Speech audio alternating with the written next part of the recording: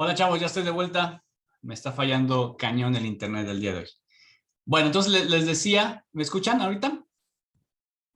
Sí, profe. Profe. Sí, profe. Ok, bueno, va. Entonces les decía que la investigación, esa la vamos a entregar el próximo jueves, ¿vale? Pero síganla trabajando porque es una parte importante. Bueno, voy a empezar con el tema porque si no, no nos va a dar tiempo. Me voy a ir un poco rápido porque quisiera que veamos de forma general. Déjenme. ¿Ven la presentación en pantalla completa?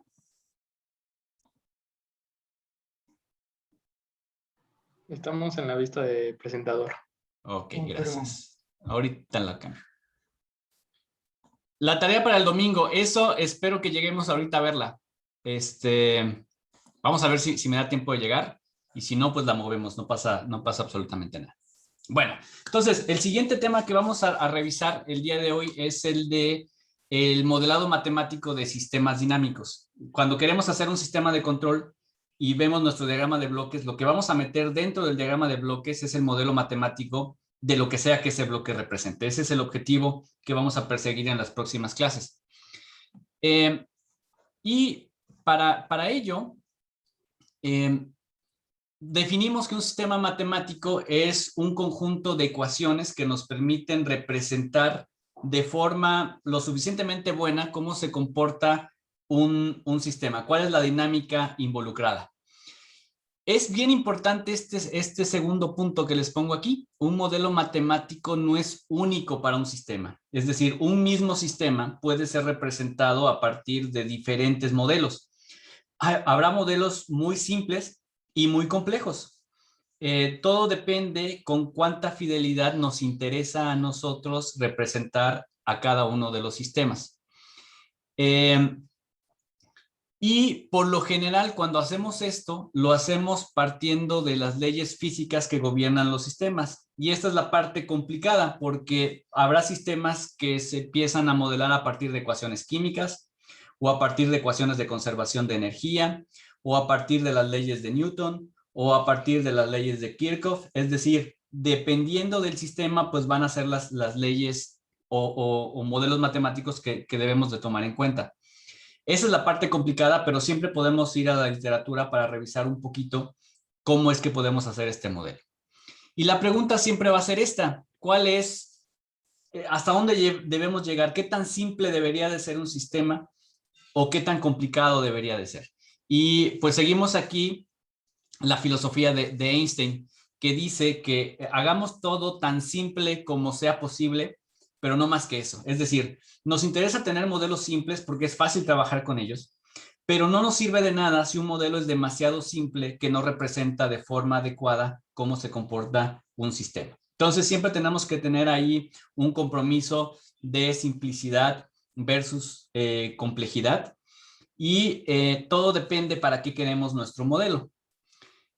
Muy bien, para hacer este modelado matemático debemos de empezar de recordar un poco de las bases matemáticas. Y lo primero con lo que vamos a empezar a trabajar en esta sección es con la parte de números complejos.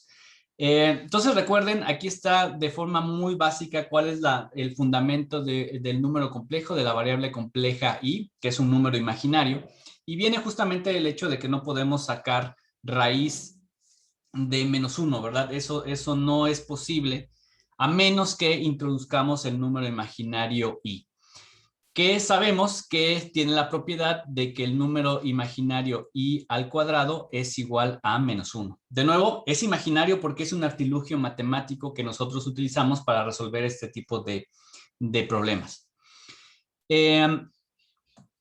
Y cuando introducimos este número complejo, este número imaginario i, ahora podemos tener lo que se llaman números complejos. Entonces, los números complejos, como lo ponemos aquí abajo, es un número que tiene tanto una parte real como una parte imaginaria. Esto ya lo vieron en otros cursos, pero en este en particular lo vamos a estar trabajando mucho. Entonces, cualquier número complejo lo podemos graficar en el plano complejo, con su parte real y su parte imaginaria. Por ejemplo, aquí el número complejo z, que es igual a más b por i, lo podemos graficar como un punto en el plano complejo con magnitud a en la parte real y magnitud b con la parte imaginaria. Y puede quedar en cualquiera de los 4 cuadrantes de este sistema. Muy bien. Ahora, cuando hablamos de números complejos, algo que vamos a estar haciendo mucho son las operaciones entre ellos. La suma y la resta, por ejemplo, es muy sencilla porque siempre vamos a sumar la parte real con la parte real y la parte imaginaria con la parte imaginaria. ¿Ok? Entonces, eso es relativamente simple de hacer.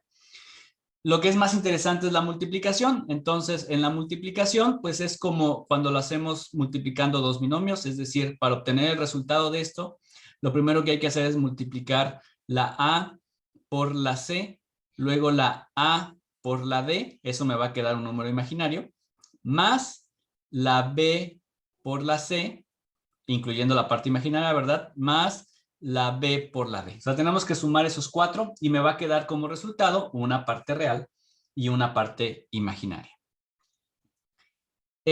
Y finalmente, la otra operación que solemos tener con números complejos es la división. La división es un poco más interesante a la hora de resolverla, pero la solución es relativamente sencilla. Si tengo una división entre dos números complejos, lo que tengo que hacer es simplemente multiplicar el numerador y el denominador por el complejo conjugado del denominador inicial. En este ejemplo, tengo que multiplicar tanto el numerador como el denominador por C más D menos I, que sería el complejo conjugado. Entonces recuerden que el complejo conjugado de un número es simplemente, de un número complejo, simplemente es cambiarle el signo a la parte imaginaria.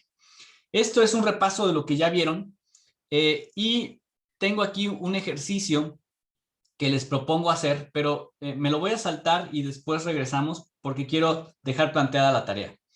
¿Hasta aquí alguna duda sobre números complejos? Esto ya debió haber sido algo más o menos conocido para ustedes, simplemente lo estamos retomando. Muy bien. Bueno, ahora avanzamos un poquito. Y de las herramientas matemáticas que más vamos a estar utilizando es justamente la transformada de Laplace. ¿De qué se trata la transformada de Laplace? Ustedes ya la vieron en cursos anteriormente, pero básicamente es una herramienta que nos ayuda a encontrar soluciones a ecuaciones diferenciales de una manera mucho más sencilla. Es simplemente un truco matemático. Y lo que hace la transformada de Laplace es cambiar el dominio de la variable. Pasamos de una función que vive en el tiempo y la llevamos a un espacio de la frecuencia. ¿Ok? Entonces la llevamos de un espacio a otro, del dominio del tiempo al dominio de la frecuencia. Y lo interesante cuando hacemos eso es que dejan de aparecer las funciones derivadas e integrales y todo nos queda como simple ecuaciones algebraicas. Y la solución del problema o del conjunto de ecuaciones queda simplemente como despejes. Y eso es muy sencillo. Entonces, la idea es la siguiente. Si nosotros tenemos un sistema de ecuaciones, x de t, podríamos encontrar la solución en el dominio del tiempo, pero eso suele ser un proceso complicado. O le podemos dar una vuelta que pareciera ser más grande, pero el resultado es que la solución la podemos encontrar mucho más directo. Es decir, tomamos una función, le aplicamos transformada de Laplace y la llevamos al dominio de la variable s, y estando aquí ya en el dominio de Laplace desaparecen las funciones de derivación e integración y todo nos queda como un sistema de ecuaciones algebraicas donde podemos encontrar la solución a través de despejes. Y ya una vez que tengo la solución, pues ahora tengo que de nuevo encontrar la transformada inversa de Laplace para volver a llegar al dominio del tiempo. La primera parte, tomar una función y llevarla al dominio de Laplace es súper sencillo. La segunda parte, que es encontrar la solución en el dominio de Laplace, también es sencillo. Donde viene un poco de problema es cuando queremos, ahora sí que ya tengo una función en el dominio de Laplace, llevarla al dominio del tiempo. Aplicar transformada inversa de Laplace suele ser un proceso un poco más complejo. Por suerte, pues nosotros tenemos un montonal de software a nuestra disposición que nos ayuda a hacer este último paso de una manera mucho más amigable. Quiero recalcar aquí algo bien interesante. Cuando hacemos esta transformada de Laplace y estamos en el dominio de la variable compleja S, por eso es que repasamos un poquito en números complejos, es que aún estando en el dominio de la frecuencia, podemos encontrar un montonal de información acerca del sistema que estamos analizando. Es una herramienta muy poderosa. En el dominio de Laplace, ustedes ya pueden saber si el sistema va a lograr su objetivo de control, si va a estar oscilando, cuál error va a tener una vez que el sistema se encuentre controlado. Es decir, no necesitamos regresar al dominio del tiempo para saber qué tan bien se está comportando nuestro sistema. ¿Sale? Ese es el objetivo de trabajar con transformada de Laplace, que aún en el dominio de Laplace podemos encontrar las características de un sistema y no necesitamos regresar en el tiempo.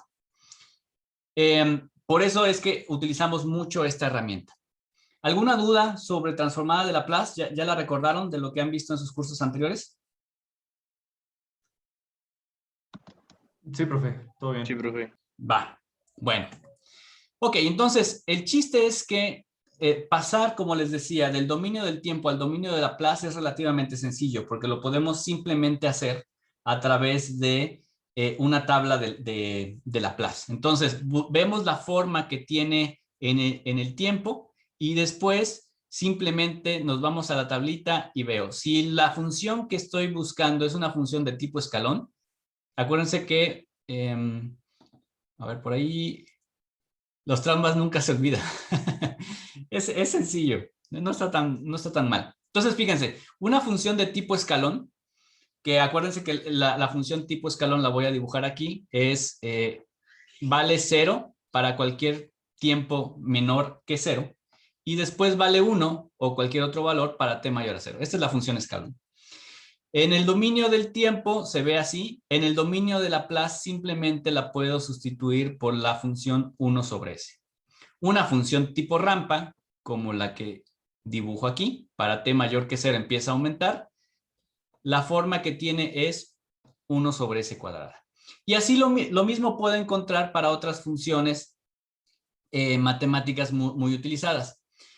La función escalón la vamos a estar utilizando muchísimo ahora que vamos a empezar a trabajar con sistemas de control, porque representa algo que hacemos muy comúnmente con los sistemas, que es encenderlo. Dense cuenta que aquí el sistema está apagado y justamente en t igual a 0 lo encendemos. Esa función escalón la utilizamos mucho porque representa cuando encendemos un sistema de control por primera vez. Entonces, la vamos a ver muchísimo. Muy bien. Entonces, hay tablas muy completas con los diferentes sistemas de control. Con las diferentes funciones que nos permiten transformar del dominio del tiempo al dominio de Laplace. Aquí están funciones seno, coseno. Esto, de nuevo, nada más se los presento aquí porque al final lo que nos interesa es simplemente ir a la tabla y obtenerlo. Pero aquí hay cosas, aquí está una parte que me interesa mucho. Y es cómo le hacemos para convertir una derivada en el dominio del tiempo al dominio de Laplace. Y vean que es relativamente simple. Por ejemplo, si esta fuera una derivada de primer orden, donde n es igual a 1, entonces me quedaría simplemente este término, s a la primera potencia, por la función que ahora en lugar de ser x de t, pues ahora se vuelve x de s. Y lo que viene aquí son las condiciones iniciales del sistema. Tengo que evaluar cuánto valía la función justamente en t igual a 0 por la izquierda en este caso. Pero generalmente cuando empezamos a trabajar esto, suponemos que el sistema está apagado. Entonces todos estos términos desaparecen, se van. ¿Qué pasó? Que la derivada desaparece y en lugar de tener una derivada tengo una variable s, donde s está elevada a la potencia de la derivada. Y eso me simplifica muchísimo lo que sigue después para poder encontrar la solución. Y lo mismo pasa con la integral. Si tengo una integral en el dominio del tiempo y le aplico transformada de Laplace, en lugar de aparecer el término s, me aparece el 1 sobre s. Y este es la evaluación de las condiciones iniciales, que de nuevo suelen ser condiciones iniciales igual a 0, por lo tanto este término también se va. Y llegué a la conclusión de que la integral simplemente la quito y me va a quedar un término que es 1 sobre s. Ya desaparecí integrales, ya desaparecí derivadas y ahora el proceso de encontrar la solución se vuelve únicamente un proceso de despeje, que es muy sencillo y es a donde vamos a llegar. Y luego tengo estos teoremas que también vamos a estar trabajando, sobre todo el teorema del valor final. Entonces, ustedes quieren saber cuál es el valor final que va a obtener cierta función.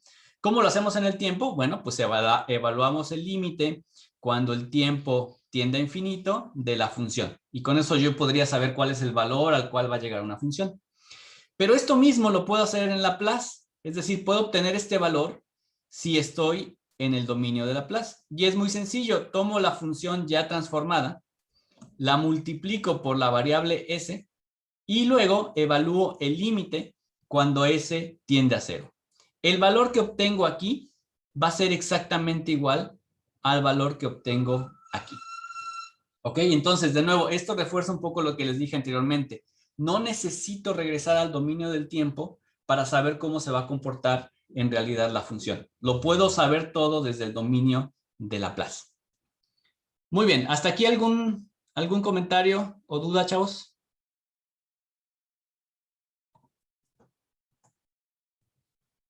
Muy bien, bueno.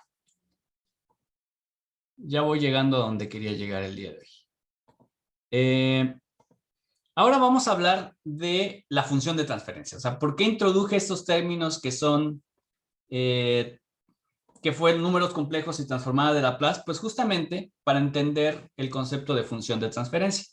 Este es bien importante, chicos, y me interesa que lo entiendan muy bien. ¿Qué es una función de transferencia? Una función de transferencia es básicamente una relación matemática entre la señal de salida de un bloque y la señal de entrada. Es el cociente. Entonces, lo que hay aquí, a la salida lo llamamos en este caso y de s. Esa es la señal que sale. Y la señal que entra es x de s.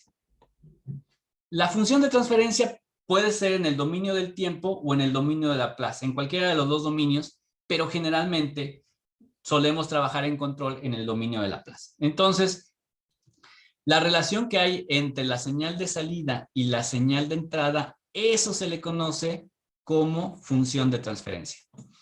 De forma general, la función de transferencia tiene esta forma. Un polinomio en S en el numerador y un polinomio en S en el denominador. ¿Ok? Así es la manera general como vamos a estar encontrando funciones de transferencia. ¿De dónde viene esa función de transferencia? Pues viene precisamente de las ecuaciones matemáticas que gobiernan el funcionamiento de lo que sea que estemos modelando. Si regresamos a nuestros diagramas de control, recuerden que aquí podría ser un actuador, esto podría ser un sensor, esto podría ser un controlador, podría ser cualquier elemento de nuestro sistema de control, pero debemos encontrar cuál es la ecuación que lo representa. Entonces, cerrando la definición, la función de transferencia es una ecuación matemática que relaciona la función de salida y la función de entrada. Estrictamente es y de s salida sobre x de s entrada. Esa es la función de transferencia. Y dense cuenta que para que esto sea cierto, debo de definir claramente cuál es la señal de entrada y cuál es la señal de salida para cada elemento. ¿Queda claro este concepto, chavos? Sí, profe. Va.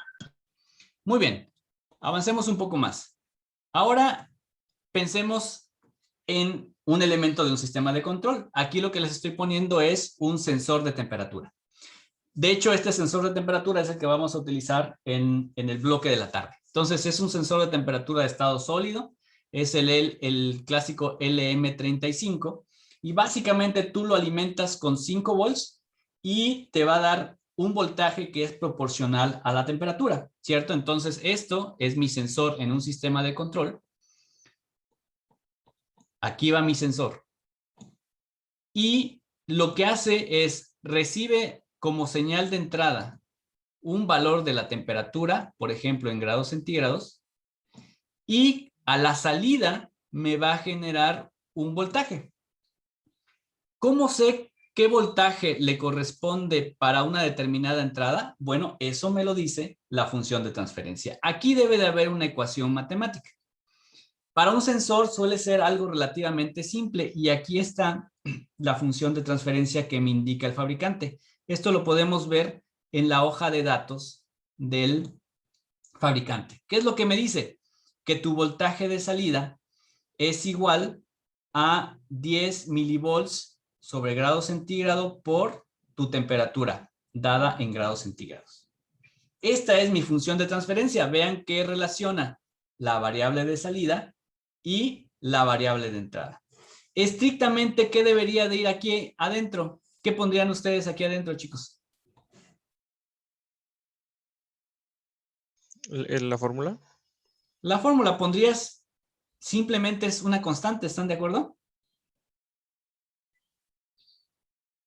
10 milivolts.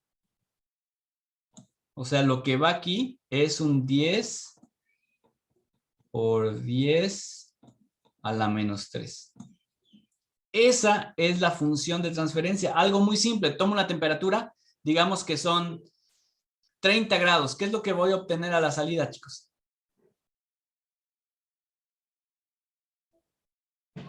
Si tengo aquí 30 grados centígrados, ¿qué es lo que voy a obtener a la salida? 0.3 volts. 0.3 volts, exactamente. ¿Por qué lo pude saber? Pues porque conozco la función de transferencia, que para este caso fue algo muy sencillo. Entonces, por lo general, para sensores y actuadores tenemos funciones de transferencia que suelen ser muy pequeñitas, muy simples, perdón, que suelen ser simplemente constantes. Pero tengo elementos mucho más interesantes. Voy para allá. Les voy a poner un siguiente ejemplo. El siguiente ejemplo es este. Ahora vamos a modelar un actuador. Un actuador, por ejemplo, puede ser un motor de corriente directa. ¿Ok? Digamos que estamos controlando temperatura y nuestro actuador es un ventilador. El ventilador es el que hace que se enfríe un sistema. Bueno, entonces, como voy a poner un bloque que representa ese motor, aquí adentro debo de poner la función de transferencia. Pero ahora se pone más interesante porque un motor tiene muchas más partes que un sensor de estado sólido. Muy bien, ¿cómo lo hago? Pues como dijimos, debo de partir de las ecuaciones generales. ¿Cuáles son las ecuaciones generales? Modelo. Voy a modelar mi sistema. Entonces, este es un modelo simplificado de un motor de corriente directa. ¿Qué es lo que tengo aquí? Lo que tengo aquí, B es el voltaje de alimentación, el voltaje que yo le voy a dar al motor. R es la resistencia del devanado. Acuérdense que el motor básicamente es una bobina que está ahí enredada. L es la inductancia de esta bobina de la que estamos hablando. Y esto que está aquí representa la fuerza contraelectromotriz que se genera en el motor. Si ustedes mueven el motor, eso automáticamente genera un voltaje en sus devanados. ¿Ok? Eso está aquí representado por este elemento. Eso respecto a la parte electrónica. Ahora veamos qué hay con la parte mecánica. Pues en la parte mecánica, esto tiene una masa de inercia de rotación. Entonces yo voy a estar moviendo, imagínense que en la flecha es mucho más claro, imagínense que tienen ahí algo pegado. Y esa masa, pues me requiere cierto trabajo moverla, ¿verdad? No puedo hacer un cambio automático. Primero necesito como que agarrar inercia y una vez que está eso a cierta velocidad, tampoco lo puedo frenar rápidamente porque lleva una inercia. Entonces, eso lo represento con esta inercia, que es función también de la velocidad. Y hay un término aquí que estoy metiendo, que es el término que tiene que ver con las fricciones que tengo cuando algo rota.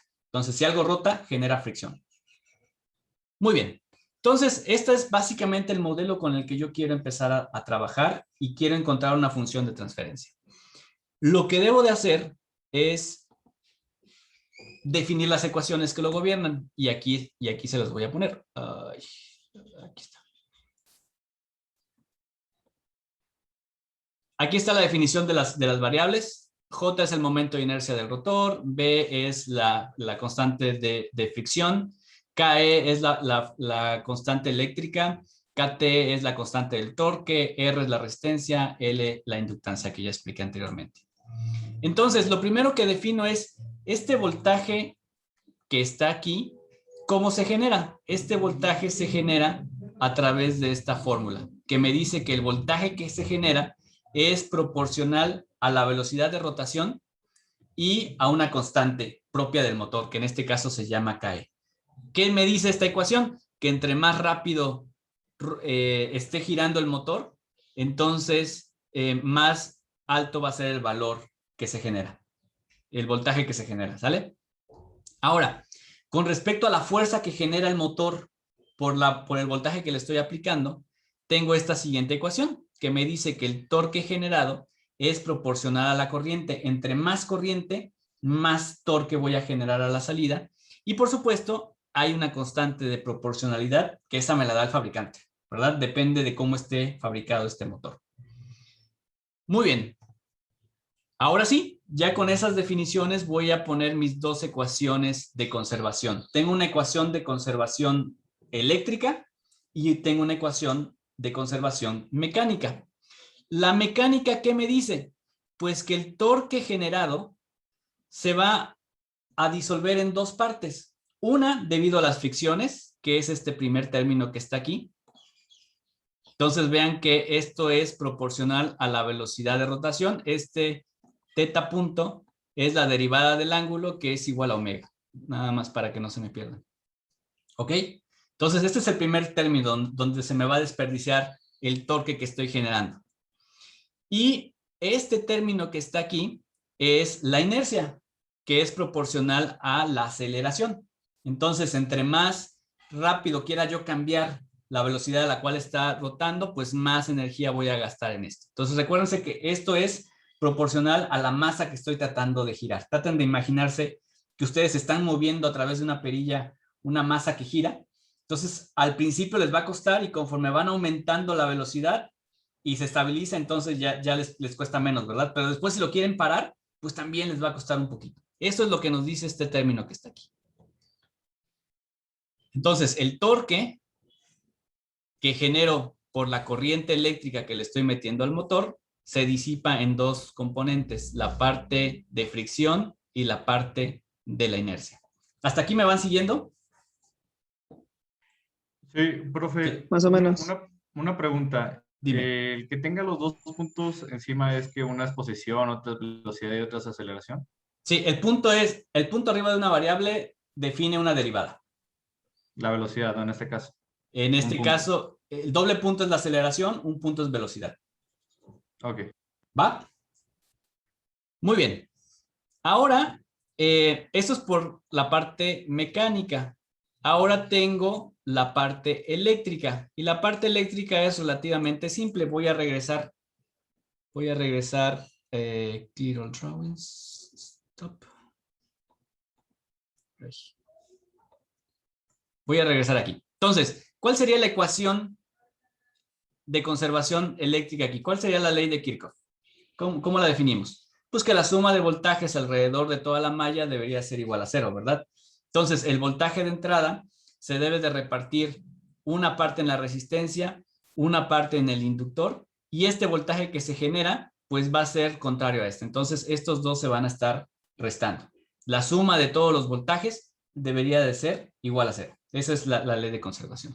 Vengo para acá. Entonces, ¿cuál es? Pues es el voltaje en el inductor, ¿cierto? L por la derivada de la corriente con respecto al tiempo. Esto que está aquí es el voltaje en la resistencia, simplemente la corriente por la resistencia. Y eso debe de ser igual al voltaje total, que es el voltaje de la fuente menos el voltaje contraelectromotriz, que ya sabemos que está dado en función de la velocidad de rotación por una constante de proporcionalidad. ¿Sale? Ya están mis dos ecuaciones. Dense cuenta que son ecuaciones diferenciales, porque estoy trabajando con derivadas. Y aquí es donde entra la transformada de Laplace. Pero ya dijimos que eso es bien sencillo. Si aplico transformada de Laplace a esta ecuación, ¿cómo me quedaría, chavos? Ay, creo que se me acabó el tiempo, ¿verdad? ¿Cómo quedaría? L, la derivada cambia por una S y mi variable sigue siendo I, ¿verdad? Más R por I igual a B menos K, esta es una derivada, S de teta. Se aplica transformada de Laplace así directo, ¿verdad? Bueno, aquí vale la pena hacer un cambio de variable. En lugar de trabajar con teta punto, acuérdense que sería, teta es el ángulo, teta punto sería la velocidad. Esto debería de ser omega. Y si pongo aquí omega, aquí puedo poner omega punto. ¿Están de acuerdo? Y esto que está aquí sería omega. Ok, ya se me está acabando el tiempo. Voy a tener que retomar esto porque sí veo caras así como de, ¿what? ¿Qué me está diciendo? Entonces no se preocupen, lo vemos con calma en la siguiente clase.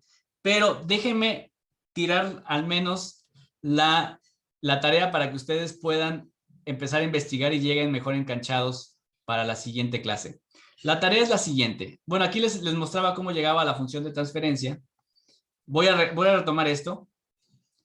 Y les voy a pedir que la tarea la vamos a hacer más chiquitita, solamente se concentren en encontrar el modelo matemático o la función de transferencia de este sistema que está aquí. ¿Ok? Esa es la tarea. Encuentren la función de transferencia para este sistema. Acuérdense, la función de transferencia partimos de definir cuál es la variable de entrada y cuál es la variable de salida. La variable de salida es el desplazamiento, X, y la variable de entrada es la fuerza aplicada. Entonces, quiero encontrar la relación matemática que hay del desplazamiento en función de la fuerza aplicada. Esa es mi función de transferencia.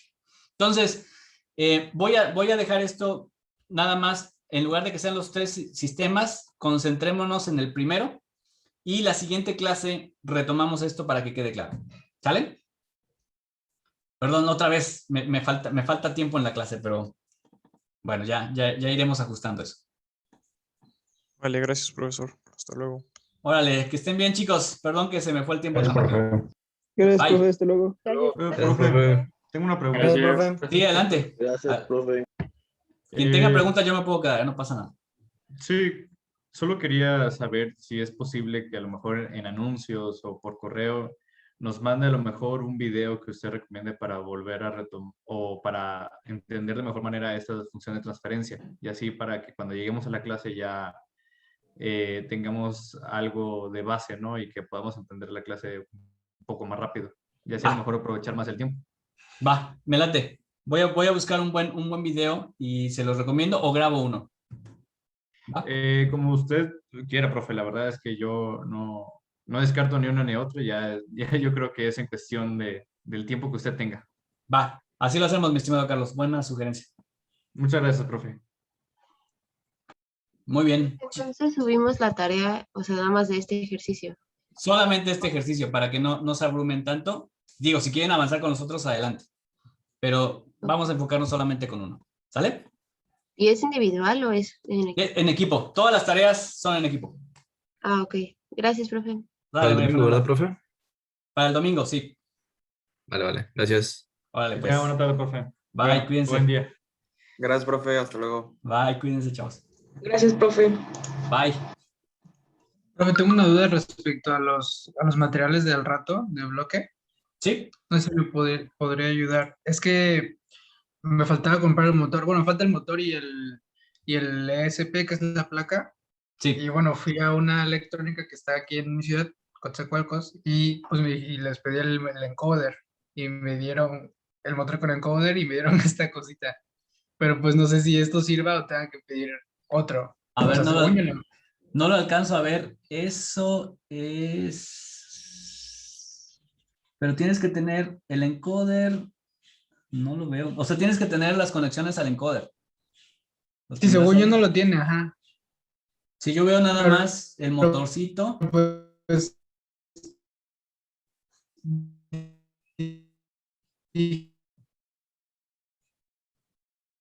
dije, pues no sé, me hizo muy raro, ¿no? Igual lo compré para mostrar. Se está trabando, profe. Sí, ya lo vi. Pues si quieres, a ratito revisamos porque hay varios que no han completado. Entonces vamos a ver cuáles son los elementos que nos hacen falta entre todos y buscamos un proveedor.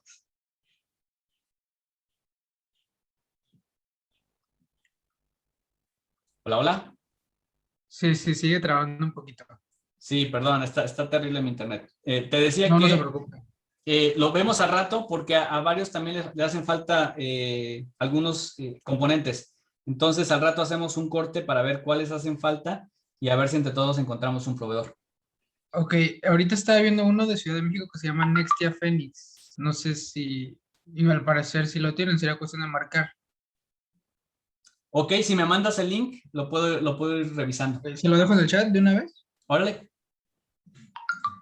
Y bueno, en caso de que a algunos les falte el SP, el, ¿La es la plaquita? plaquita, Sí. ahí también le dejo el link por si les sirve. Ese es de Amazon, está más caro, pero como no cobran el envío si tiene Prime, pues sale incluso más barato que pedirlo por Mercado Libre. Órale, pues, me late. Ya copio aquí los... Bueno, déjenme salirme de esto. Y la ventaja de Amazon es que, por ejemplo, aquí dice que me lo traigan mañana, entonces, pues está mejor. Perfecto. Aquí los tengo. Ya los voy a copiar. Y los reviso, mi estimado. ¿Va? Muchas gracias. Órale, pues, cuídense. Profe, yo tenía una última duda. Sí, Rápido, dime. ¿le puedo compartir pantalla rápido? Claro que sí. Yo también tengo eso, lo mismo. Es que nosotros hicimos nuestra tarea de un, bueno, ahí se me fue el nombre, de las puertas. Puerta Entonces, corrediza para el supermercado. el supermercado. Ajá. Entonces, por ejemplo, aquí lo único que tenemos duda es que un compañero, nosotros estábamos discutiendo de variable manipulada y nosotros decíamos que era presencia de persona o objeto y que fuera como variable, ¿no? De si el sensor detecta o no alguna presencia. Y después era como, él decía que era puerta abierta o puerta cerrada. Y después era variable controlada, él decía alimentación al actuador y nosotros decíamos que fuera como si se abría o si se cerraba, se tenía que cerrar la puerta. Entonces, como que tenemos duda en eso nada más. Y, a ver, es lazo cerrado. Ajá. Las variables son continuas. Aquí las variables no son continuas porque simplemente el motor o se enciende o se apaga, ¿verdad? Porque no estás variando la velocidad del motor. Ok. Ok. O sea, es de tipo lógico porque incluso no, la señal de entrada es hay o no persona esperando, ¿verdad? Ok. El procesamiento de señales sí es digital. El objetivo del sistema, yo diría que este sistema es secuencial, porque una vez que detecta personas, lo que tiene que hacer es abrir y una vez que abre, se vuelve a cerrar y comienza el ciclo otra vez. Ok. Sí. ¿Sí? Lleva una secuencia. Y no estás regulando la posición, más bien ya es un ciclo completo que debes de dar. Ajá, que ejecutar, ¿no? Exactamente. Sí, el tiempo de espera y todo eso. Sí, tienes razón. Exacto. En cuanto a las variables, la variable manipulada, la variable controlada es, para mí sería sí abrir o cerrar, esa es la variable que te interesa, puerta abierta o puerta cerrada, esa es tu variable controlada. Y la variable manipulada, cómo logras abrir o cerrar la puerta es a través de encender o apagar un motor. Esa es tu variable manipulada. Ok. Entonces, O sea, entonces la variable controlada sería si está abierta o cerrada, no abrir o cerrar. la variable controlada sí, es lo que a ti te interesa. O sea, si hay una persona, en ese momento tú necesitas que la variable que se abra, ¿cierto? Es lo que a ti te interesa. ¿Cómo logras abrir? Pues a través de encender un motor.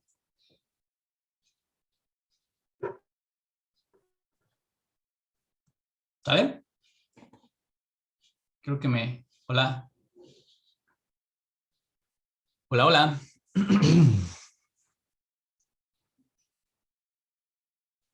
Hola.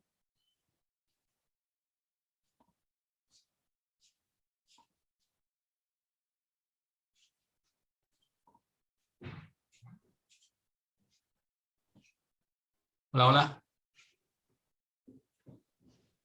Hay dos, ¿verdad? ¿Mande?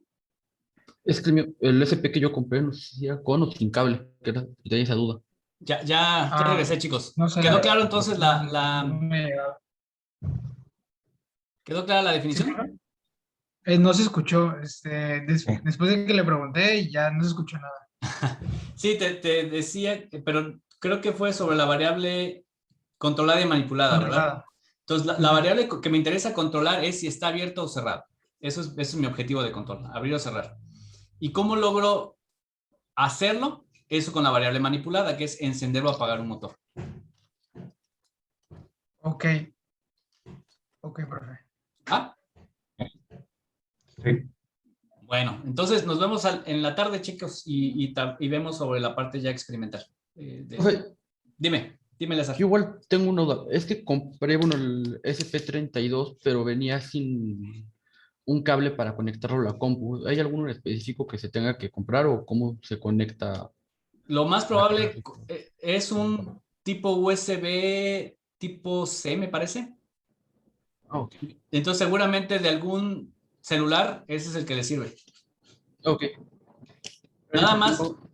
Nada más fíjate que sea un cable de datos, porque hay algunos que son solamente solamente tienen la alimentación y no tienen la conexión de datos. Ok. Profe, le iba a preguntar otra cosa, de lo mismo. El diodo rectificador lo Perdón. tenían N4001, tienen el 4002. No sirve, está bien. ¿No No te sirve? preocupes. No, sí no sirve. Sí, no sirve. Sí, Es no que te estuvo preocupes. carísimo. Fue lo más caro de todo. ¿En serio? Pues, ¿por qué? ¿Cuánto te Me costó? costó 120 pesos. No te creo, esos son súper baratos. Bueno, pues, Bueno, ni hablar. mire. A ver cómo es. Incluso el